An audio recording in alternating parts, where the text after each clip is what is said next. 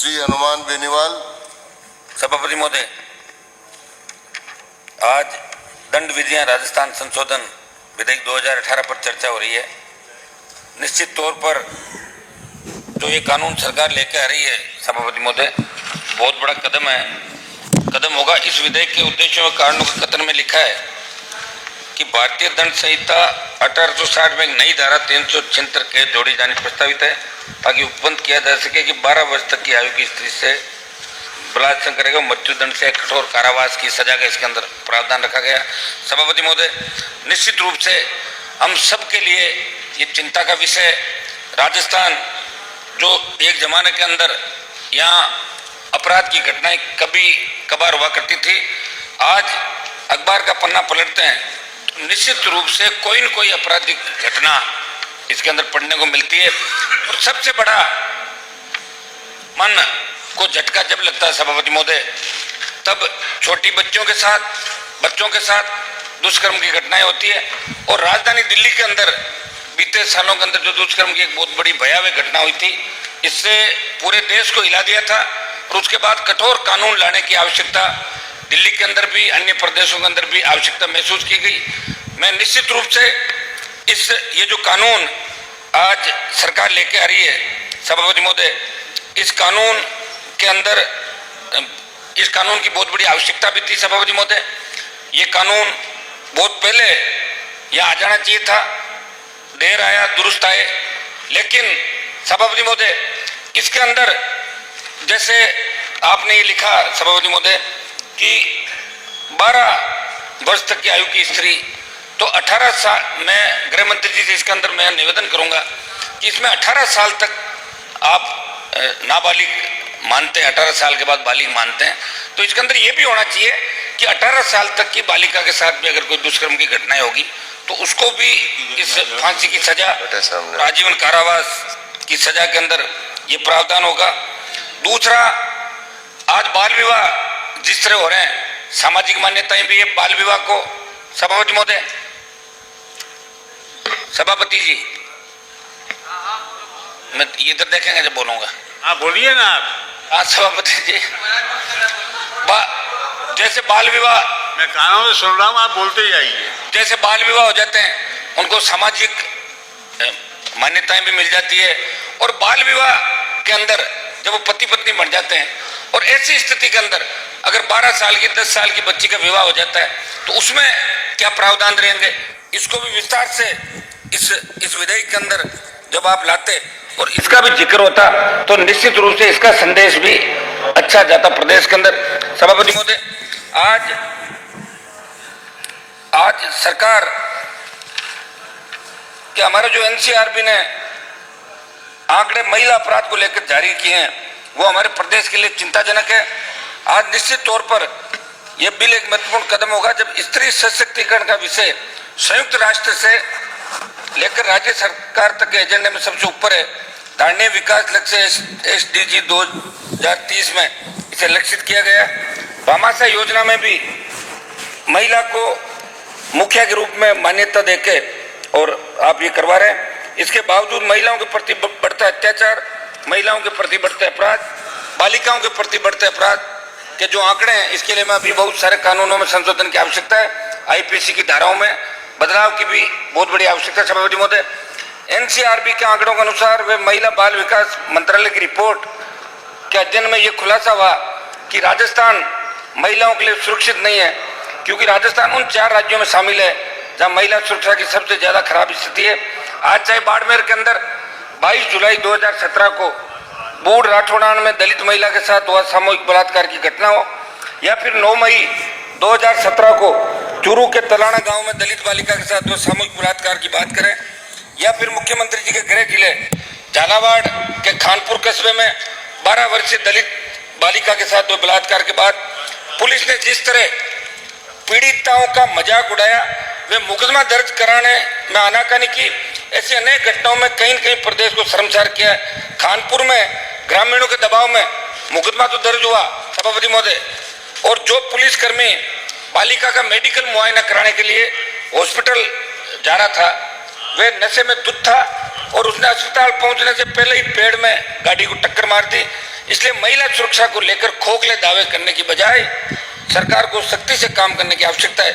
चूंकि 2016 तक देश भर में जो आंकड़े जारी हैं उनके अनुसार महिला अपराधों में 2.9% तथा बच्चों के खिलाफ 13.6% अपराधों में बढ़ोतरी हुई है।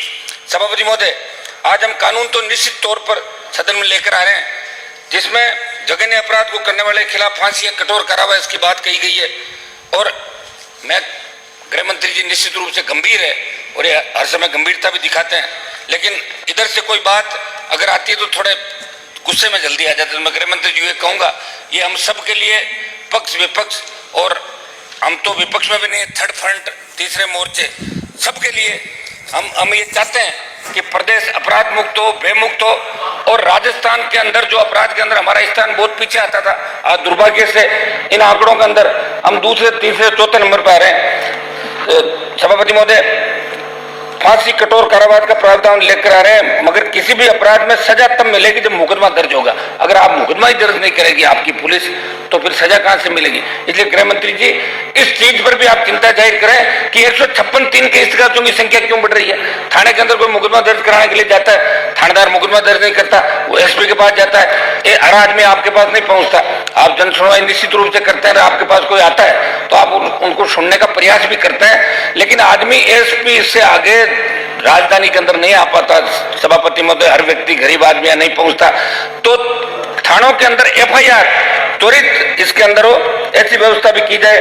वर्ष 2016 में एनसीआर में जारी जो आंकड़े थे, देश भर में 16,000 से ज्यादा हिंसक घटनाएं हुई और जयपुर का उन घटनाओं में देश भर में 8वां स्थान था, जिसमें 97 लोगों की हत्या, 330 दुष्कर्म जयपुर कमिश्नरेट के अंदर सहित 1292 हिंसक घटनाएं केवल जयपुर शहर में हुई, जिसकी सबसे बड़ी वजह पुलिस कमिश्नरेट की लापरवाही व समय पर निर्णय नहीं लेना सामने आया।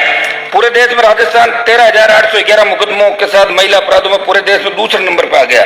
राजस्थान में अपराधों के साथ साथ बालकों के खिलाफ भी अपराध में बढ़ोतरी हुई है।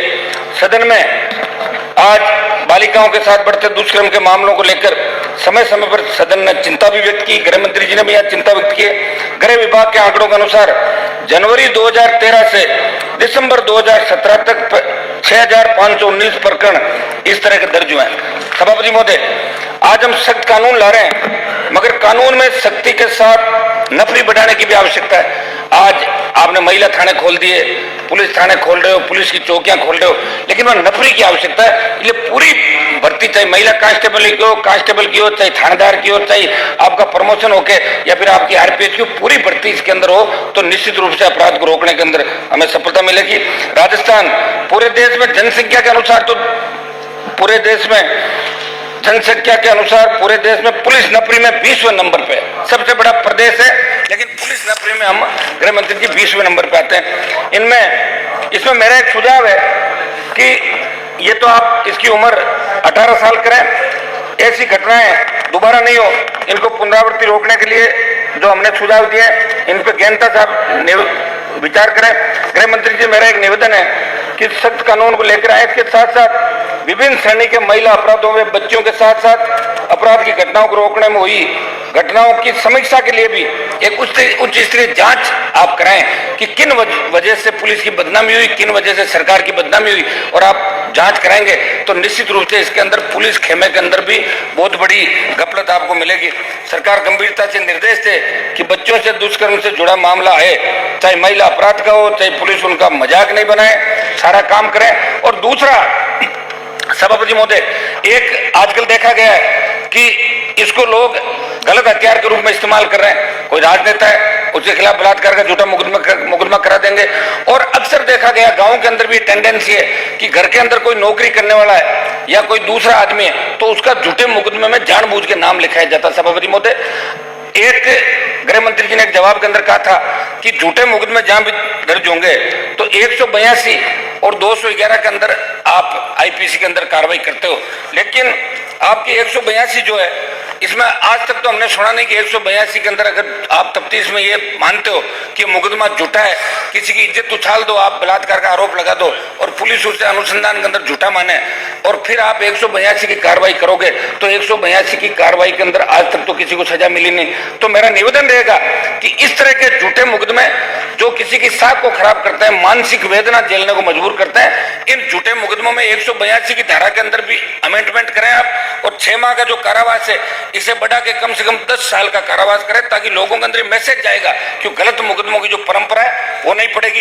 एक दूसरा आपका आईपीसी के अंदर 211 में आप कार्रवाई कर सकते हैं और उसके अंदर भी 2 साल की सजा है।